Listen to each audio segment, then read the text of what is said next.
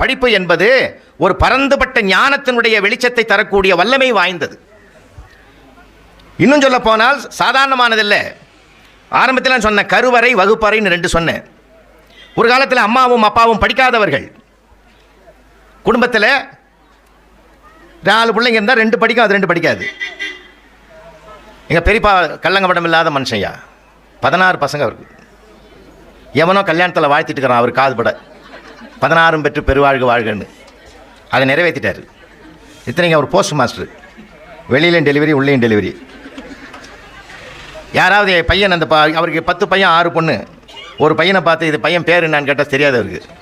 எங்கள் பெரியமாவை தான் கூப்பிட்டு கேட்பார், இந்த 8ஆம் நம்பர் பையனுக்கு பேர் கேட்குறாங்க சொல்லுன்னுவார்.